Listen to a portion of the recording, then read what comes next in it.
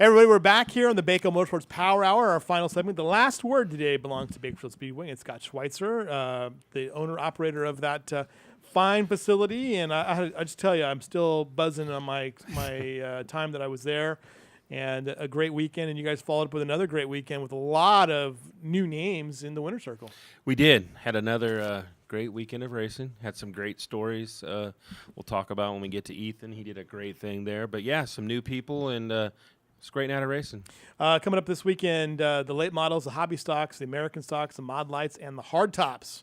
Now, what is a hard top necessarily? That's a classic car? It's a classic, an old-style car. They ran in the 40s and 50s, I believe, and they've got V8 engines now, not the old flat heads, but you know they're not bad. They put on an entertaining race, and those guys are probably a little racier than they should be. They race. Yeah, it's not for show. They're definitely out there to win, and it's a nice tight group of guys, and they've got these old cars that from the back in the day, and I mean they race and put on a great show. Right, it's pretty cool. And little skinny tires and stuff, and so it's it's something different. It's something you'd like to see every.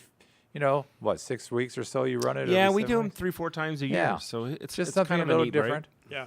Griff, you like watching late models though, right? Because they're big, powerful cars. Late models. Crazy looking too. And they've, since Scott has regraded the track and he's come up with a pretty good configuration, they run side by side a lot there. Depending, as dirt tracks often will, it gets down to be sometimes a one groove, but sometimes it's two grooves, and a guy running low and high, and once in a while in the turns you can go three wide with those big cars. It's pretty impressive. Then coming up August 16th is the sport mods, street stocks, American stocks, mini dwarfs.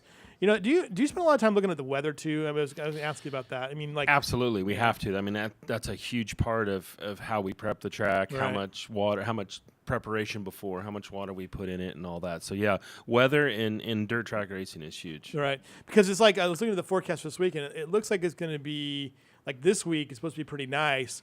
But I mean, is it a big difference between if it's 90? Is that like during the day? Is that perfect? I mean, because does the track hold a little better when it's cooler?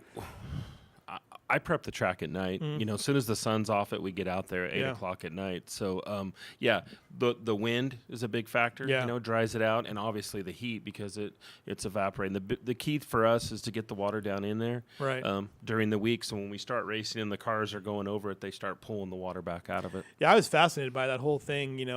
Just standing on top of the press box. Where I was shooting video from, just watching that track.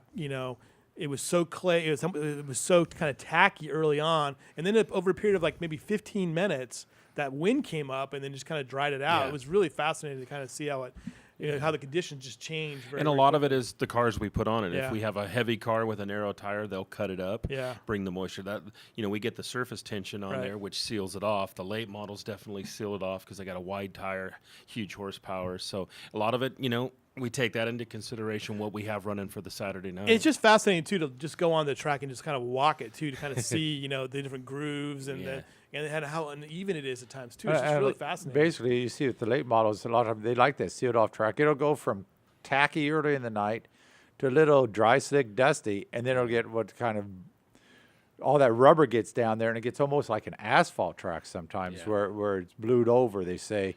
And it becomes really hard pack, and the track just changes the dynamics of the track from when they qualify to when they race is night and day. We actually get more feedback from the drivers that want a dry slick track because then it takes the horsepower out of the car. It's more the driver talent, being able to negotiate the track. So, but that's not as a fan friendly track. So we try to get them wetter. Yeah. So yeah, I really enjoyed the wet look on there. We're going to show some photos here in a minute. It's just how crazy it is.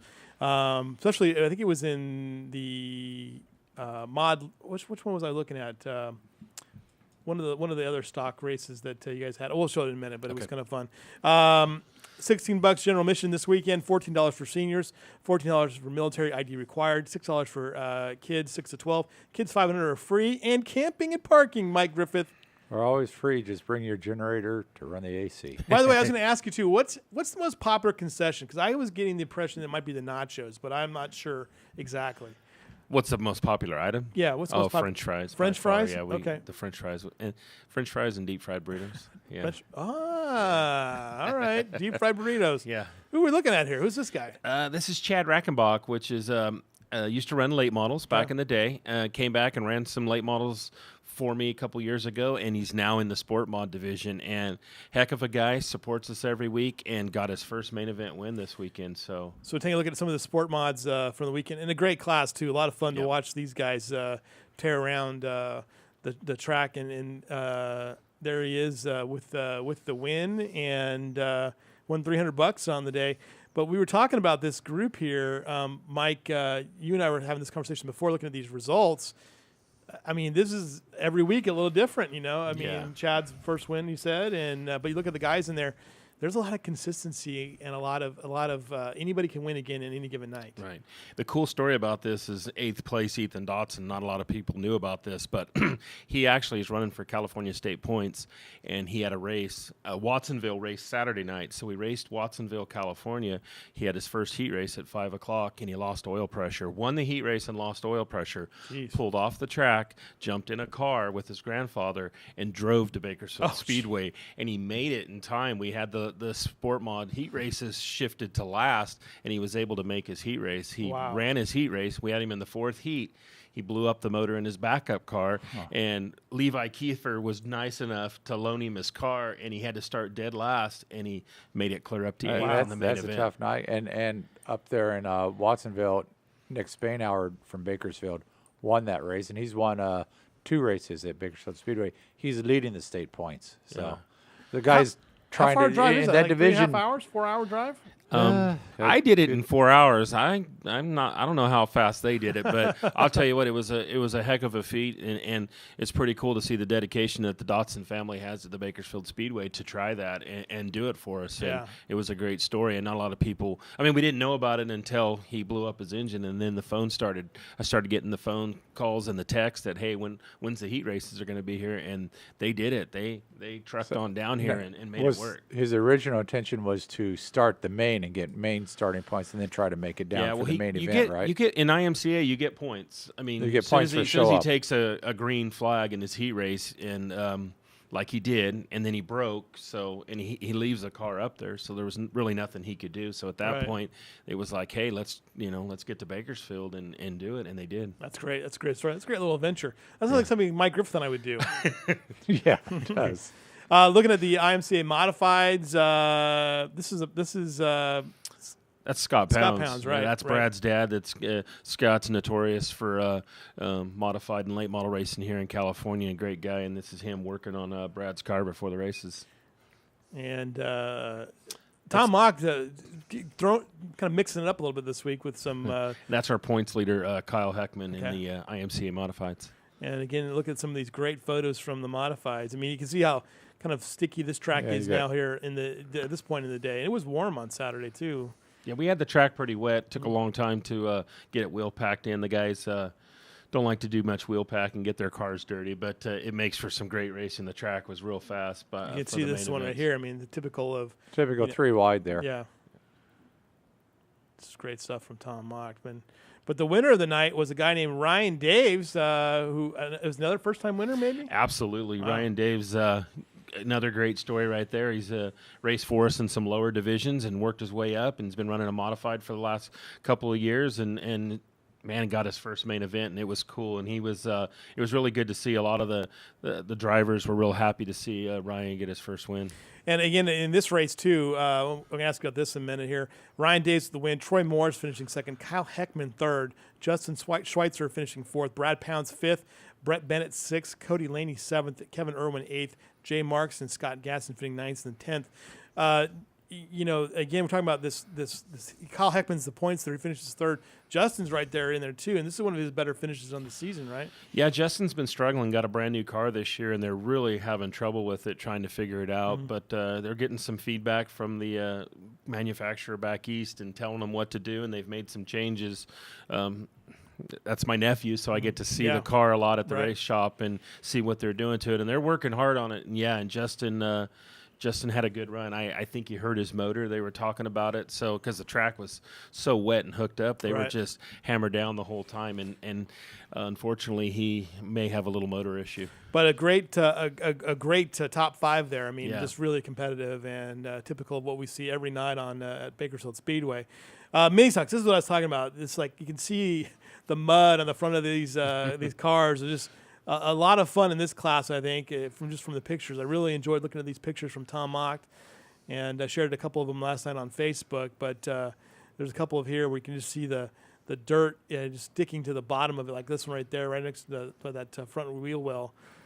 But here's some joy on the win. Mr. Winchester was the winner. Johnny Winchester. What a great name for a racer. And holding that winner's check up. Feeling good. He beats Steve Rourke. Gary Spiller Jr., Tina Bell finishing 4th, Doug Shepard finishing 5th, Roy Maynard finishing 6th, Shannon, is it Treed, finishing 7th, Trenton Millard 8th, Zach Boynott finishing 9th, and Brock Hamilton finishing 10th. Stock cars, moving on here.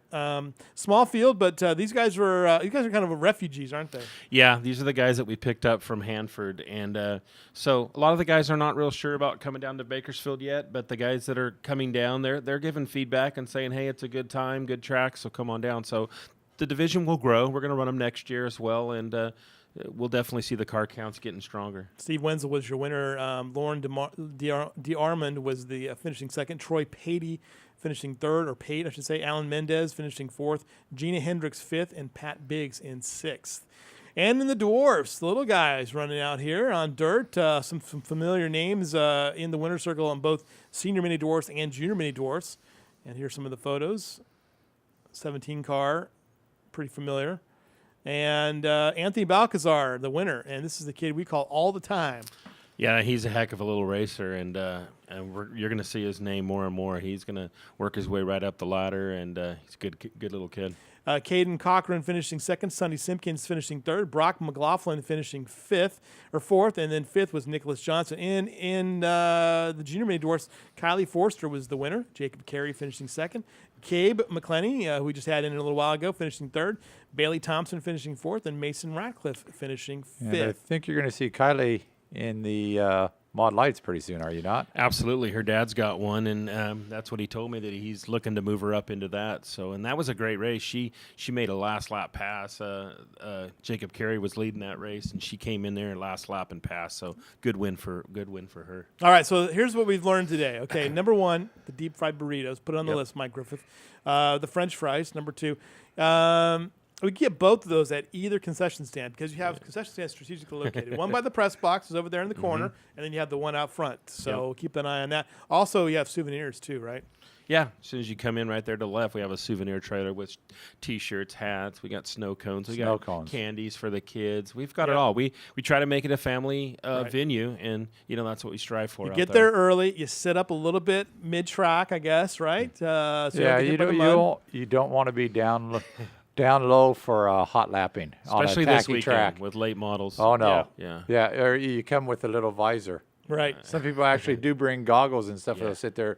Your veterans know how to sit at a racetrack. Well, you see that when you walk in. I mean, I walked in at 5 o'clock, and there was people kind of up in the shade, and they had their spots already set. Yeah. And it was interesting to see that people were there at 5 o'clock, gates open, man, and they were ready to go, and there was people who were already there, and they stayed till 10:30, 11 o'clock at night. So yeah, you definitely we have our regulars out there, and you can tell who the new people are, because they're the ones that are sitting down front. But as soon as hot lapping, like Mike said, they take off and they start slinging the little bit of loose mud off the top, and then they start moving back up. Nice. So.